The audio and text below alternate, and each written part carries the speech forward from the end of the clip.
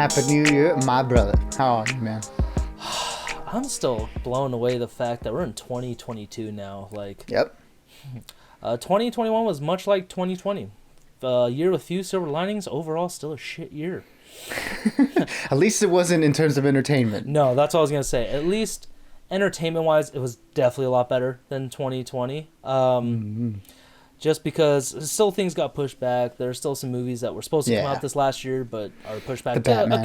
The Batman's the biggest one. I'm gonna say that right now. That's my most anticipated movie of the year. So once I see that, I'm like, okay, if it does well, anything else that does bad, whatever. Hopefully it's only see it. Yeah, hopefully it's still just a couple months wait. No delays. No, I definitely after how Spider-Man's doing, there is no more delays. Oh, They can't use that as an excuse anymore. No studio can. So if you're gonna do that, it's like, no, just be honest. You just don't want to lose money. So that's on you guys, though, not us. But anyways, this is a couple days too late, but we are gonna look back at 2021 and all the good stuff that we liked. Mostly movies, a couple shows here and there, some honorable mentions. So guys, strap yourselves in and let's look back at this year of entertainment and cinema and streaming and television, all that good stuff. What do you say, Bern? Exactly. The year 2000 turned 21 and it went big for its 21st birthday. It did, and it was pretty great. Let's do just shows first, I think, because I only have a few to talk about, so, Yeah. Me too. I only have just like a few of them, and luckily there was a lot of good shows that came out this year too. A lot of shows that I missed out on too. Unfortunately, it's hard for me to kind of keep up with the shows that are coming out, especially when there's multiple great ones going week to week. It's like it's hard to keep track of. Yeah, that's literally been on my mind like the last week. Is like that's the beauty and the problem with it. The double-edged sword that there's so much content, and when you finally do get around to stuff, it could be like, for me, I definitely lag on a lot of stuff. There's a couple shows I really want to get to on Netflix, like Casa de Papel, Narcos Mexico. But I still need to finish Narcos Season 3 with the Cali Cartel. I still need to catch up with Witcher Season 2 that just dropped. Yep. There's too much out there. So, again, guys, forgive us for not getting to everything, but it's hard. That's all I gotta say. If we don't mention anything on this list or even our movies list, it's probably because we just weren't able to watch it. Because, again, there's a wealth of content. So much content.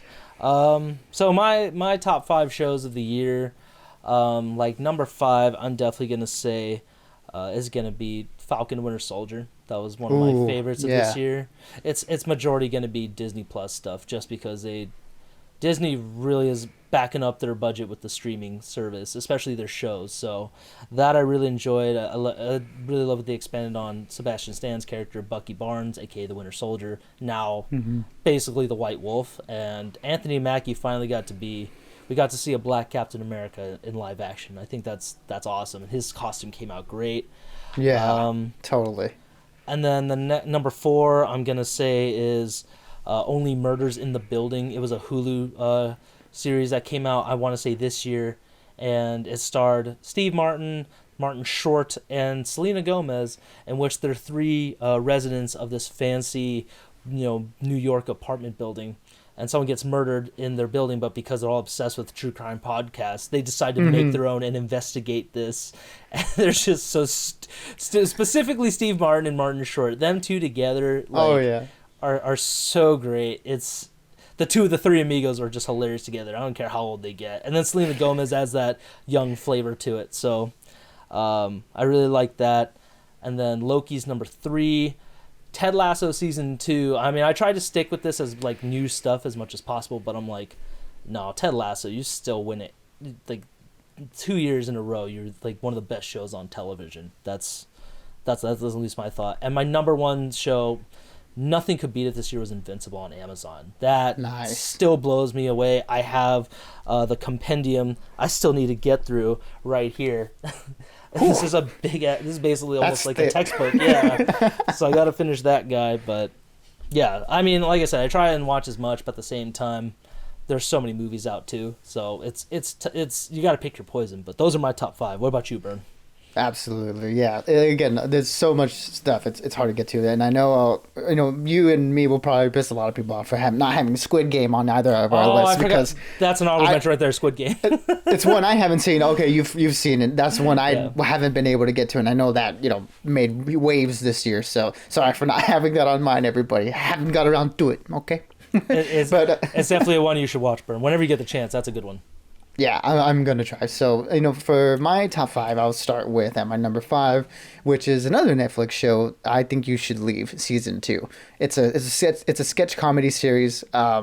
Really funny. I think I mentioned it in like one of our Netflix recommendation videos in the past. One of the first videos we did, I believe I recommended this as a really funny comedy. Sketch comedies.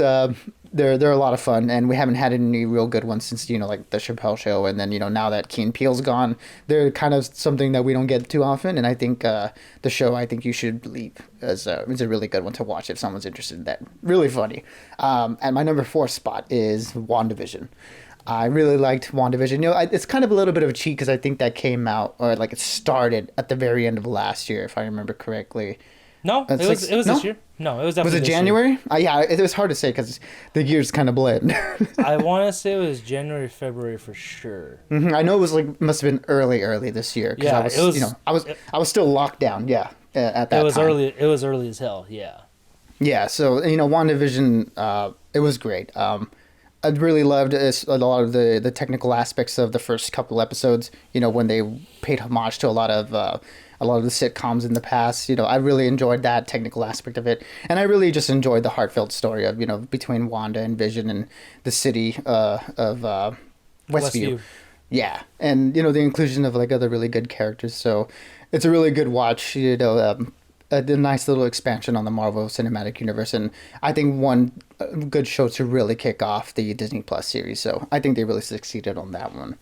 And then my number three spot is one that's been on your list, The Only Murders in the Building. Like you said, you put it great. The central cast was the make for this show, and I really liked how they implemented the murder mystery into this more modern age. They did it so well with these people who are fans of of true crime podcasts, which is a big thing lately.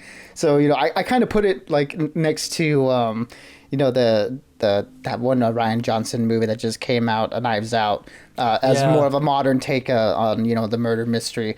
And I think this one really succeeded and had me guessing throughout. And again, just a lot of fun. Mm-hmm.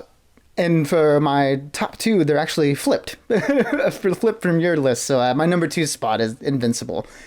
It's a fantastic show, and it's an animated show. And I think people kind of were turned off by that. And I feel like if you were, you really got to rethink that because, season one of Invincible was some great writing and some really great superhero storytelling. And in a market that's kind of oversaturated with superhero stuff, I think it really does a good job of setting itself apart and telling a really grounded and heartbreaking story of, Mark getting what he wishes for and not being what you expect when thinking of something in the superhero genre. So that on top of a great animation and awesome action sequences is a really awesome show, and I think Amazon is really putting out unique stuff in the superhero genre with this show and The Boys, which hopefully we'll get the next season of that this year. Yeah. And yeah. My favorite show in the last 2 years has been Ted Lasso. Season one for last year and season two for this year. It's such a great show. The writing on the show is it's almost unmatched, at least from the shows that I've watched. All the characters are really well drawn out, and there's a lot of comedy and there's a lot of heart, and all these characters feel like they're real people. And Jason Sudeikis and the team, they really deserve all the credit, and of course they've won so many awards and well deserved too. So. That is my number one show of this past year. It is one of the few shows that has made me cry, but then I've never seen This Is Us, which I heard is like every episode's a crying fest. So I'm like, True. I'll take Ted Lasso where I don't cry that much, just because too much emotion. But it's good stuff though. I'm not gonna lie. Oh yeah, great stuff. All right, well let's get down to the nitty gritty of movies. But before we get into our top 10, I'm just gonna throw out my honorable mentions, which I was like, let's stick with 5 because that's my nice round number for that. Basically, it was Quiet Place Part 2, just because it's so good, but then there are obviously my top 10 just beat it out for various reasons. Free Guy was great with Ryan Reynolds. That was a complete surprise to me. I didn't think it was gonna be that good, but I really enjoyed that one. Venom 2, Let There Be Carnage was great, another solid sequel. And then Army of the Dead by Zack Snyder was the second Netflix movie that really caught me by surprise. I was like, oh, thank God it's good. You know, it gets a little harder to rewatch just because it is on the longer side, and it just wasn't enough carnage for me in that one, but it's still a great movie. I love Zack Snyder's work. He's one of my favorite directors. And then the last one was one I haven't talked about, but I really wanted to, was Old Henry. That starred... right. I gotta look up his name real quick, but he's a great actor, and quickly one of my favorites just because he was so good in it. He was not Mr. Sir. Tim Blake Nelson. He was in Holes. He was in The Incredible Hulk with Edward Norton.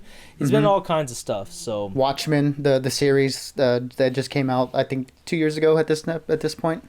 He was great in that. He was such a great person in that movie. And I don't want to spoil it because it is part of a reveal a little bit unless you know who he is, but it was a great Western out of nowhere. So it kind of reminded me very much of like Godless a little bit, where it was just that was a great series, very gritty movie, and in the end it's just like wow, blows up completely. So that's my what are your what you said that was on Netflix, right?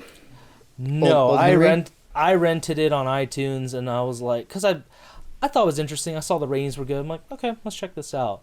And just, wow, the whole, like a great Western, the whole ending scene was just like, what did I just watch?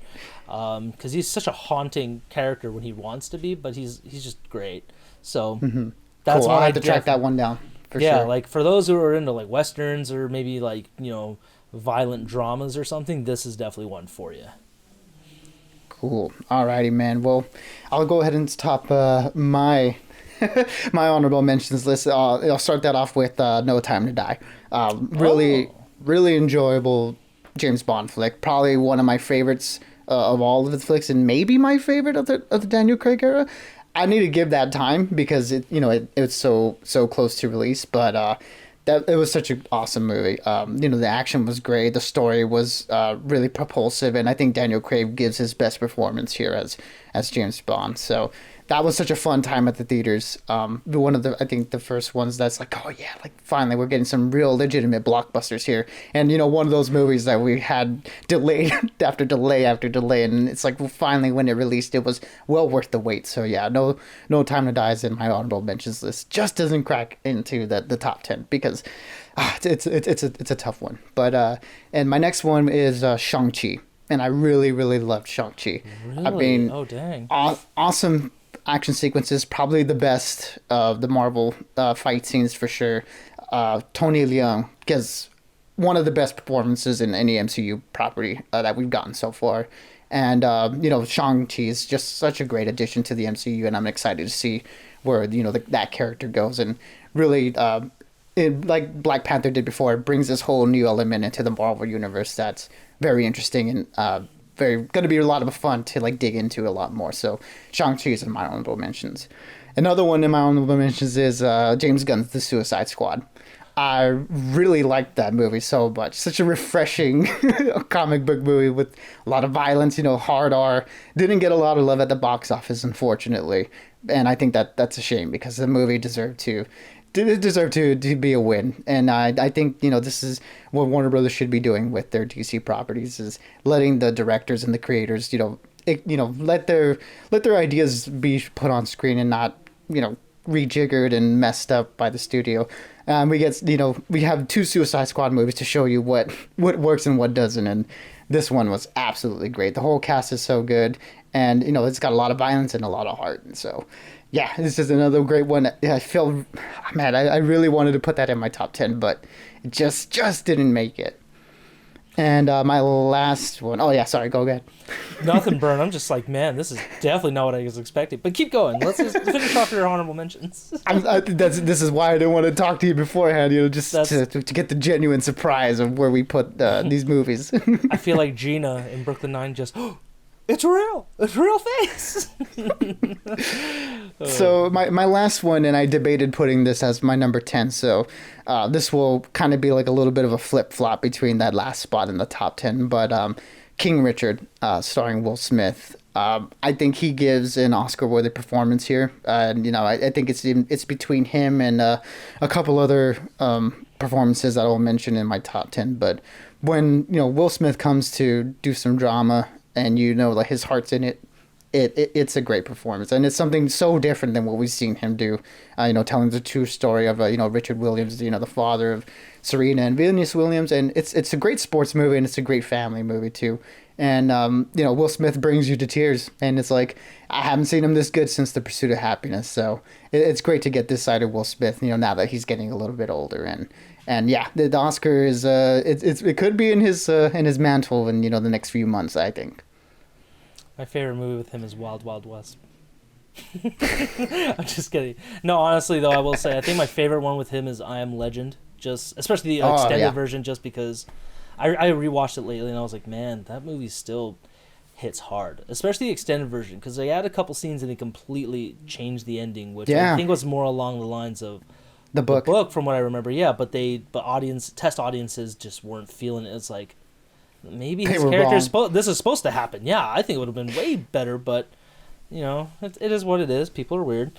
But no, I really wish I did see King Richard. I'll have to get back to that one, because I've heard a lot of good things about it. And as much as I want Will Smith to do more like action movies and stuff like that, I'm fine with him doing his dramas, because he really does. Yeah, he doesn't hold anything back when he does the drama, so that's good. Absolutely.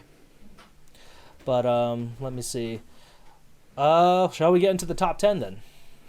Yes, I'm ready. I'm so excited to see where yours end up. Fantastic. Okay, well, I mean, again, your honorable mentions were just a quite big shocker, but that's fine. There was like all your list. It's a good portion of it, I'm not gonna lie. But my 10th, I'll just do 10 to 5 or 10 to 6, and then I'll do 5 to 1 just to end on the note. So my 10th favorite one was Cruella, just because Emma Stone really throws in a great performance. That movie really made me like the fashion world a little bit, because I'm not really too into that stuff. I mean, people probably I'm sure some of you guys are thinking, yeah, no shit, and it's like, well, whatever. So I really love the performances of that and the costuming and stuff like that. Just everything about it was great. Number 9 will be Wrath of Man, because that was one of the few movies that I didn't know Guy Ritchie was doing. I didn't know what to think of it. I thought it was gonna be a dumb action movie or revenge movie, but it was great. Jason Statham was surprise. Awesome. Yes, fantastic surprise. So that one got me. And this one's quickly become one of my favorites, just because it just dropped recently, but it was Don't Look Up by Adam McKay on Netflix. Just because I literally watched it a couple days ago thinking, all right, is this movie going to be good? Because it just came out on Netflix, but I love Adam McKay's work. He's definitely one of my favorite directors. Didn't care for Vice too much, but this one's very much on the lines of The Big Short, where he just knows how to work with event stories and all the great characters. Like Leo DiCaprio and Jennifer Lawrence were awesome in this. So that one's my number 8. Last Night in Soho is number 7 for me. Oh, such a good one. Such a crazy story. Also caught me by surprise. Didn't realize it was gonna be that intense, and actually quite horrifying. That was a great one. Solid performance by Anya Taylor-Joy and Thomas and Mackenzie. Thomas and Mackenzie, yes, thank you. They helmed that movie beautifully. And then to round out the bottom 10 is No Time to Die, which I was surprised that was your honorable mention, but just because Daniel Craig that is my favorite Bond movie of his 4-part story. Great action, some great character additions, especially with oh my god, what's the actor's name that plays Ana de Armas? Oh, Ana de Armas was great. No, I'm talking about the other one, the one from Captain Marvel. What the hell's her name? She was his partner essentially in this one. She's the new 007. Lashana Lynch, right. yes. Lashana Lynch. She was great in this one, so I loved her addition as well. And Rami Malek is just he's a gem, even though his villain wasn't that great, but it's like he was the performance was captivating. The performance was solid, yeah. So what are your bottom 5, Bern? Go ahead. Cool. So my 10 is one that was actually on your honorable mentions. So now you know, I know how you feel. So a 10, like I said, it was between this one and King Richard, but I had to give it the nod. The number 10 is A Quiet Place Part 2. It's my Okay. favorite horror movie of the year. I think John Krasinski did a great job of having a story that naturally built off of where the first one ended, and also giving more context to the world that was introduced in the first movie, while not falling into the same pitfalls that a lot of horror sequels do. Like they didn't make a lot of the same mistakes. And if you want to know what those are, just watch Halloween Kills, because that was a perfect representation of what not to do with a horror sequel. But I think the script was great. The performances were great. All the actors that came back from the first one, Emily Blunt and the two kids were so good. And the new additions of people like Cillian Murphy and Jimon Hansu, they really added to this universe, and it's a world that I'm very much more interested in seeing. A third sequel to, if they want to do it. I think they said that they didn't really know if they wanted to or not, and that would be totally fine. But again, I thought the technical aspects of this movie were fantastic, and John Krasinski deserves a lot of praise for the last two movies that he's made in the Quiet Place movies. So yeah, though that's my number 10. At my number 9 is probably a movie that a lot of people maybe haven't heard of, and it is the movie Pig, starring Nick Cage and Alex Wolff, directed by newcomer Michael Sarnowski.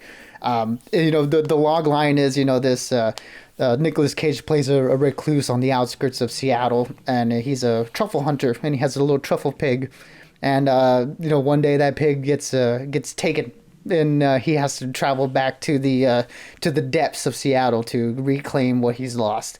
And that sounds like really ridiculous, and it sounds like, okay, this is like a Nick Cage version of John Wick, and it's like, oh, that's what I thought going in, and it is completely not that at all. I think Nick Cage just gives one of his best and more subdued performances that he's given in the last few years. And it's So, in other words, the dialogue is not everything's yelled and not everything's on fire. yeah. Okay. And, it's not one that SNL Nick Cage would say, why is he not in this movie? It is completely opposite of what he's been doing lately, and it's great. It's such a great meditation on loss and grief, and having to confront your past. It has one of my favorite scenes of any movie this year, where he talks to an old student of his at this restaurant, and he completely dismantles that person with just using words. There's no violence in the movie really, and it's a very quiet contemplation on a lot of personal grief and loss and stuff. So it's a very personal story, and I think it's one people should check out, because you hear Nick Cage now, and you're like, oh man, this is something ridiculous direct-to-video type of thing, and this is not that at all. Low-key, that's what I was thinking what it was going to be, but I'm glad. Yeah, me too. That sounds refreshing that it's not that, so that's good. But keep going. Yeah, so at my number 8 is Zack Snyder's Justice League. And this one, it was hard to determine whether I should put this on my list. And then I was like, you know what? I enjoyed this movie so much, it's got to make the top 10, just because it's a movie that did come out 4 years ago, and it's like, this is the actual true version of it, and it only released on HBO Max, not in theaters. So there's a lot of factors at play that I was like debating whether that this should make a movie list, but I don't care. This is such a great movie. It's such a crazy thing that we actually got it. Something that we've been asking for years, and it feels like true vindication for people who were like, just let the artists do what they do and stop trying to interfere with Warner Brothers. And we got to see that, and it's surprising that it's gotten the amount of praise that it has. That a lot of people who were turned off by Zack Snyder's previous work on the DC movies, that this one was like, okay, like we see what you were trying to do this whole time, and it was great. It's such a fantastic movie. 4 hours long. I know it's tough for to recommend to a lot of people, but man, is it well worth those 4 hours? And I think he does a lot of really cool stuff with the DC heroes, and like I said, it's a nice little justification to why he should have been given the reins in the first place.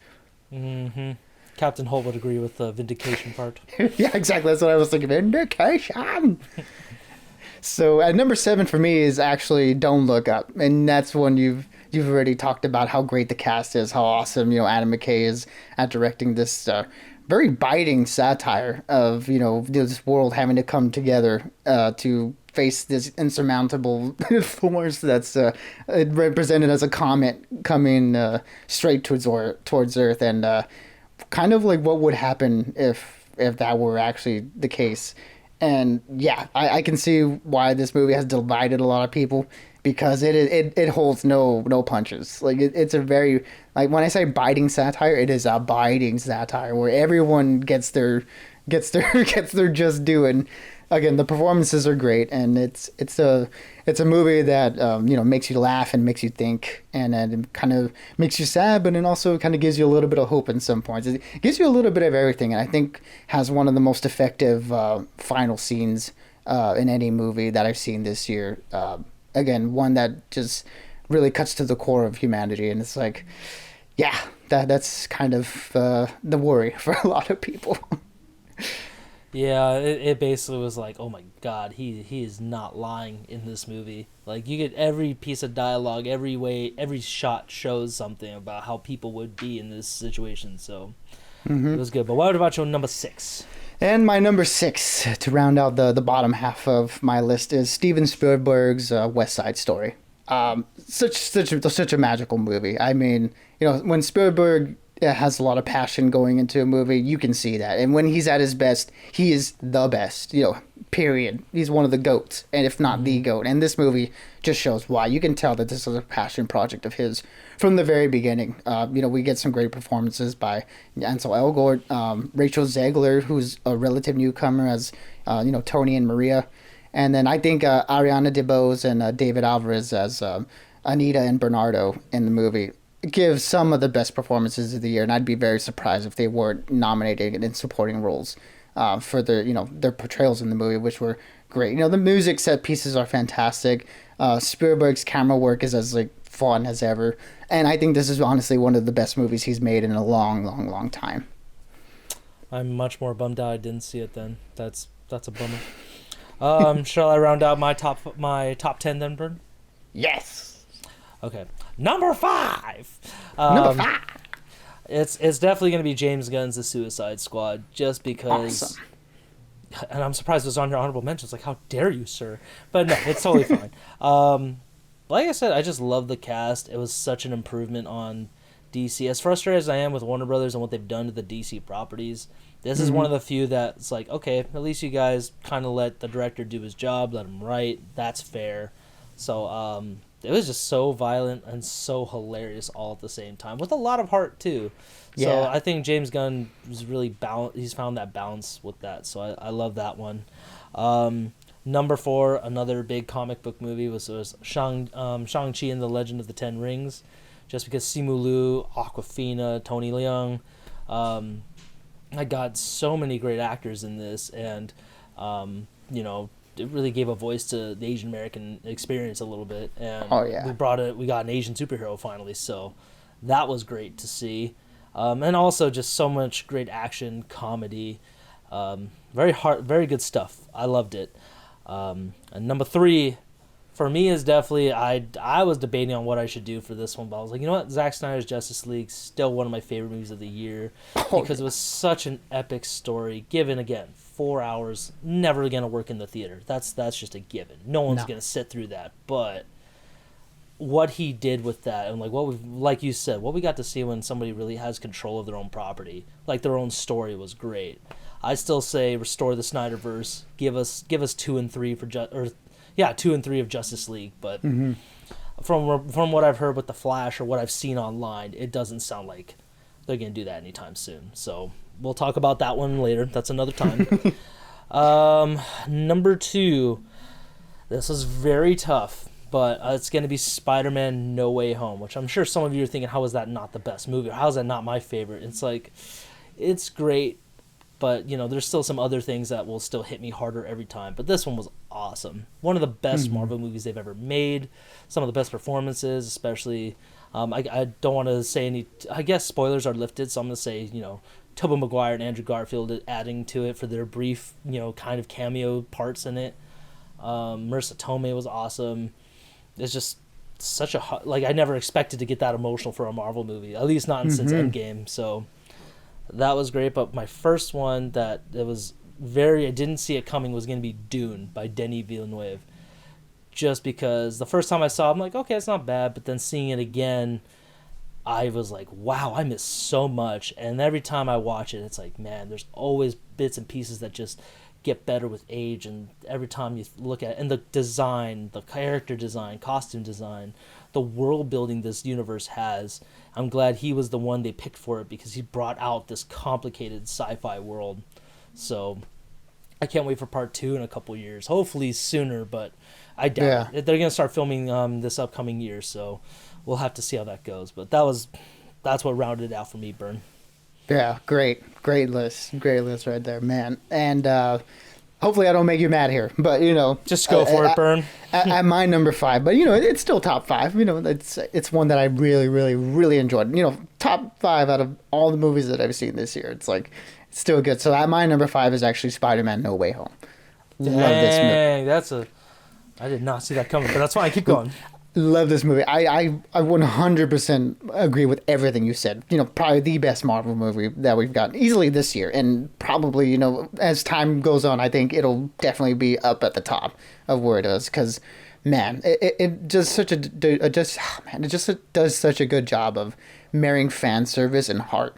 And it's one of those that I've mentioned in our review, and if you hadn't checked that out, go check that out, everybody, because it's one that really gets you in ways you don't expect, at least from comic book movies that we've gotten lately, where a lot of the big moments are really cemented by emotion and really tugging at your heartstrings. And not to say that we don't get the big fan service moments, we definitely do, but man, like, they do such a good job of making them worthwhile and making them memorable and making them so good that you're like, I don't deserve this.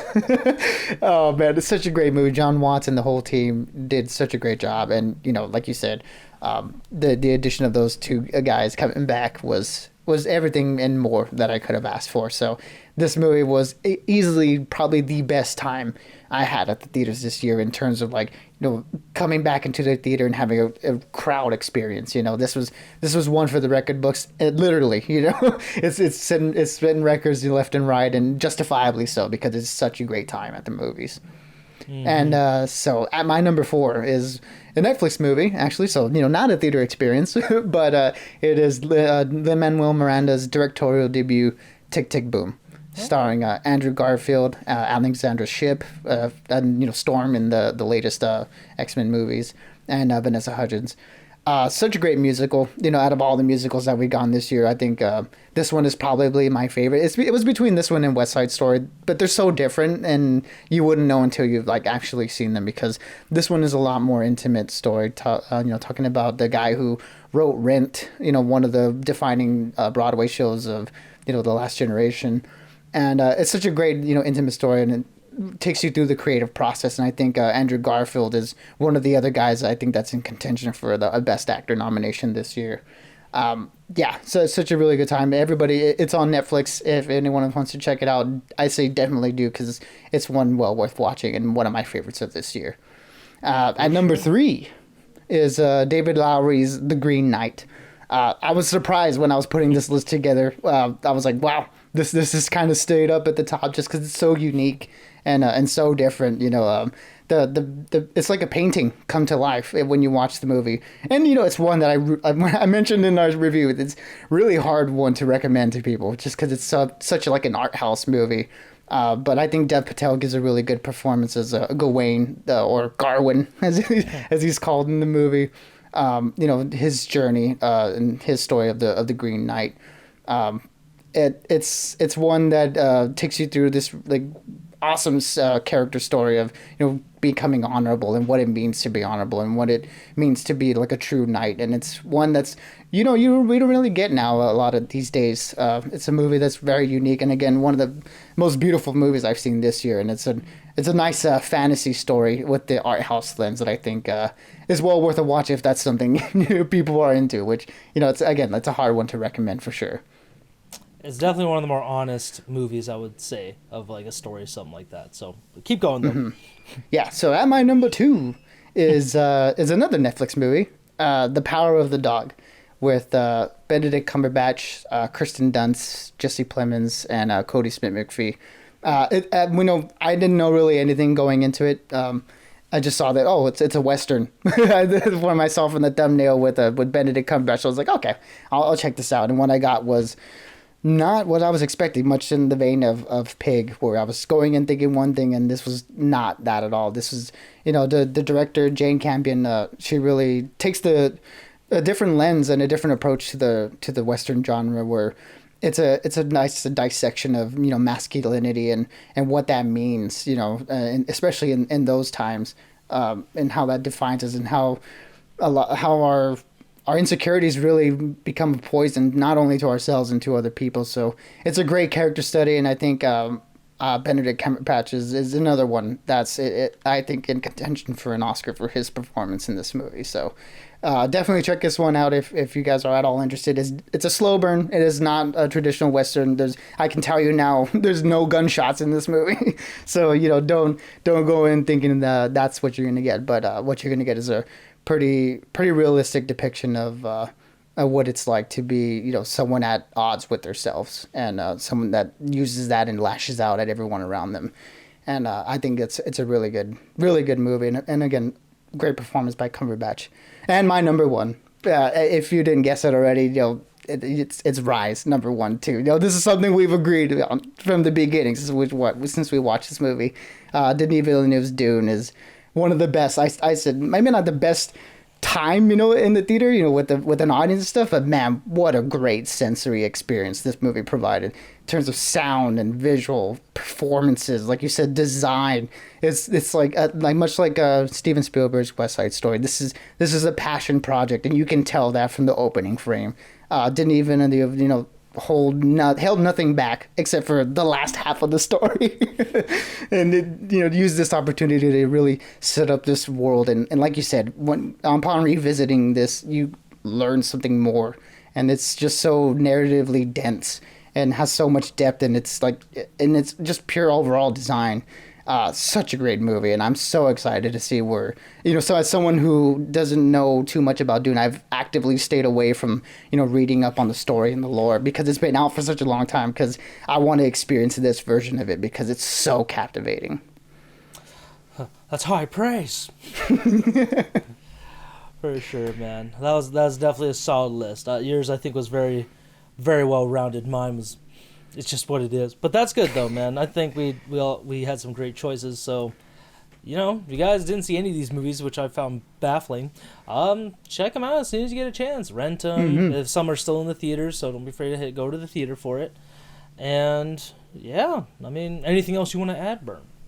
Nothing. I'm just very excited for 2022. I can't wait. Exactly, dude. There's gonna be a lot of good content this year too. So, you guys, again, if you guys keep watching us, we do appreciate it, and just keep joining us for the ride. We're gonna be talking about a lot of movies this year, so stay tuned. Exactly. Wish you all a happy New Year, a great 2022, and many years to come. But stay bodacious, keep on Ren, and above all, stay safe. Exactly, everybody. Let us know what your favorites of this past year were. And we are very much looking forward to continuing this awesome journey of movie and TV consumption with you guys in the year of our Lord 2022. Oh, God. But everybody have a good night, and I'll talk to you later, my dude. Alrighty, man. Adios, everybody.